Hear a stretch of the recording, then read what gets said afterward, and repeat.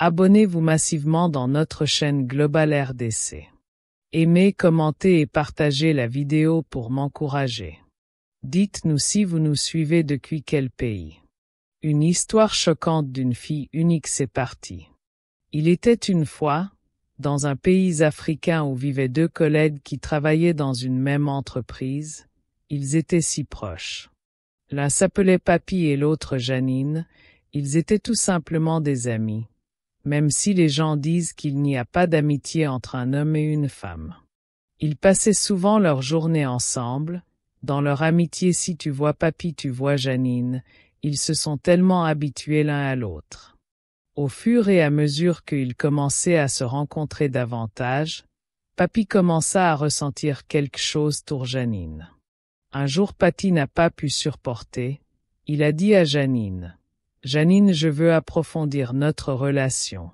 Comme tu es célibataire et moi aussi célibataire, si ça ne dérange pas, on peut devenir mari et femme. » Janine dit oui. Moi aussi je ressentais quelque chose pour toi. Une année après, Papy est venu épouser Janine et ils se sont mis ensemble pour la vie. Leur couple était un couple vraiment sympa que tout le monde aimait. La joie et la paix étaient dans leur maison. 5 ans plus tard, ils n'avaient pas toujours eu d'enfants. Après de nombreuses années sans enfants, cela est devenu une préoccupation pour la femme. Elle n'était plus heureuse malgré son mari croyait qu'un jour Dieu leur donnerait un enfant. Mais pour elle, cela n'a pas fonctionné. Ils étaient allés voir plusieurs médecins mais elle n'était pas toujours tombée enceinte. Cela a nui leur couple. Sa belle famille l'a dérangée à tel point ils avaient commencé à l'insulter femme stérile malgré la famille de Papy n'arrêtait pas de parler. Papy aimait toujours sa femme.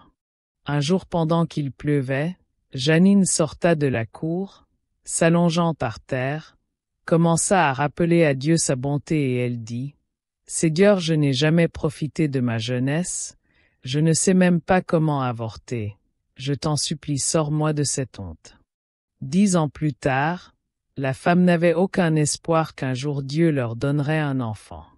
Un jour la femme tomba malade et son mari a dit: « Janine, on devrait aller voir ton médecin. » Janine répond à son mari: « Pourquoi?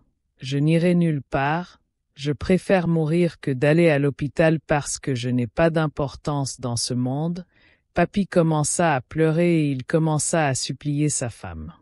Soudain, ils sont allés à l'hôpital et son médecin la consultait.